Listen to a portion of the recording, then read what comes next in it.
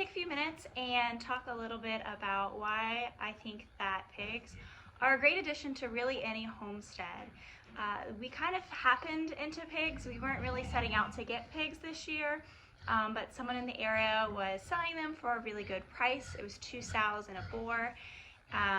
We really didn't know, actually we knew nothing about pigs, nothing about the breeds that we would like or anything like that. We actually had to quickly fashion up an enclosure for them right before we went and got them, which is starting to be a trend for us. But we ended up with our sows. One of them is a potbelly, the other one is a potbelly Guinea cross. The boar is a kune-kune. And through the last 7 and 8 months that we've had them, I think that we've really started leaning towards the kune-kune breed because their snouts are shorter, they're a pasture pig, whereas the potbellies that have that longer snout, they do a lot of rooting, which can be beneficial if you are wanting to use them for clearing land, tilling up land, maybe to put a garden in, because obviously they're natural fertilizers too while they're doing that.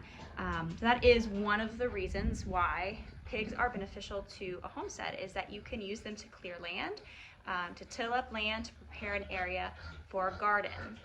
Now obviously we want to reduce waste as much as possible. The idea is to cook what you have in your pantry or in your fridge, which we haven't been the best at recently, and so inevitably there are going to be waste. And so what I love about having hogs on the homestead is that it really, you can erase that from your mind of it being waste, because it just turns into hog feed, which eventually the hogs turn into food for you. So I have some various things here that we're going to feed the hogs. I've got some sweet potato chunks that I had bought with intentions of putting into this new recipe. They got shoved to the back of the fridge, as I'm sure happens for you guys a lot, and they just got forgotten. They're mushy. They're not moldy, which it's fine if there's a little bit of mold, but they're just kind of mushy, and we're not going to use them now. And so instead of just throwing them into the trash, what we can do is feed them these sweet potato chunks. I've got grapes that we're going to feed them. I've got a scrap bowl here of just random things. Like I've got apples that are half eaten because the kids will eat it, leave it laying around, and then it gets yucky. Eggshells, bits of meat that we cooked up, and again, it just didn't all get eaten, and instead of going into the trash and being wasted, it gets to be used. So there is no food waste on our homestead. And then some cheese, obviously gonna take it out of the plastic to give to them. There's some mac and cheese and green beans, so that will help to reduce your cost in feed because you are using food that you already have. It's gonna depend on what kind of diet you want your hogs on. I know, like with certain show breeds, people are more particular with what they're feeding them, but ours are gonna be food for us, and so we're not too picky. Obviously we don't want to give them something that's bad for them health-wise, but some yummy cheese they're really gonna enjoy.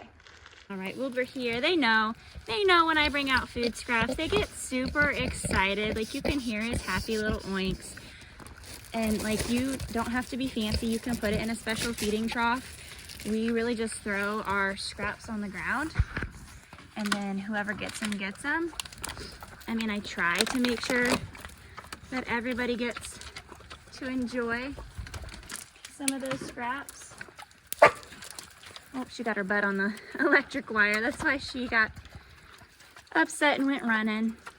Let's see if I can get the girls. There you go. Wilbur's kind of a bully. Since he's bigger, he's a lot better at getting to the food, and he's not much of a gentleman. He'll push his ladies out of the way just to get to the feed. We got an apple right here.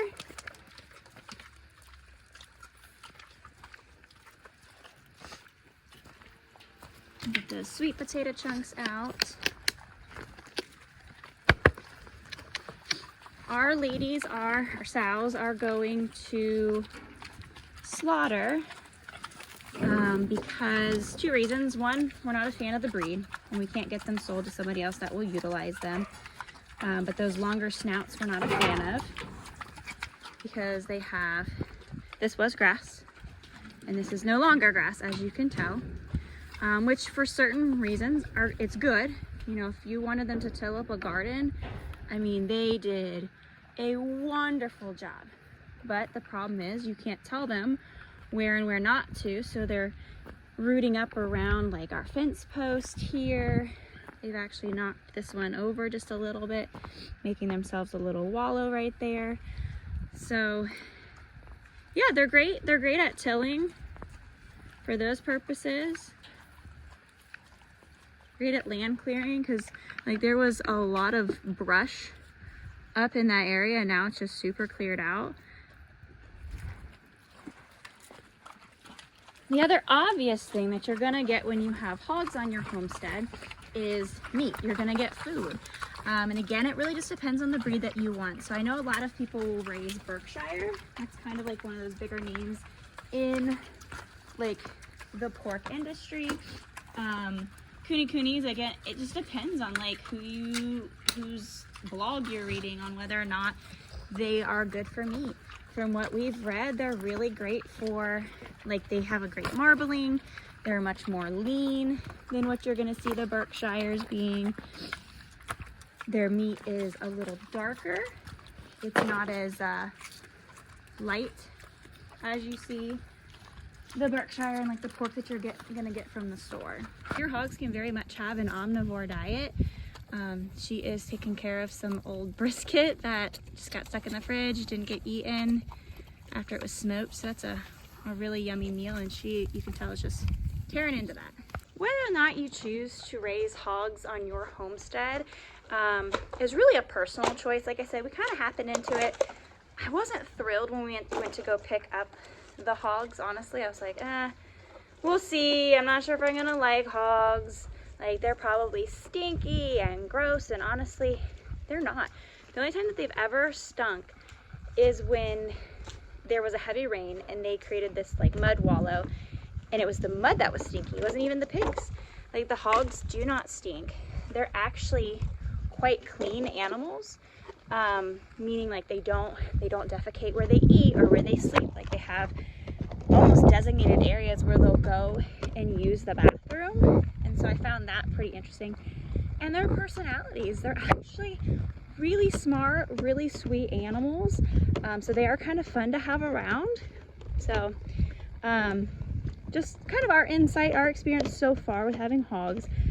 Like I said, we're gonna send the two girls to butcher, get another cooney sow. That way we can focus on that breed. Because of them being a pasture breed, they're a lot less destructive. They're a very docile, sweet breed. Some of the other breeds, like the Berkshire, tend to be a little bit more spooky. Like, they jump, they run, they get spooked a little easier, and the cooney just seem to just be these mellow, like, bebopping around big old animals. So I like that. Those are some of the reasons why we are keeping hogs on the homestead for now. Let me know what your experiences have been with hogs on your homestead. Do you keep them? What are some tips and tricks for those of us that are beginners? And are there any reasons that you don't keep hogs on your homestead?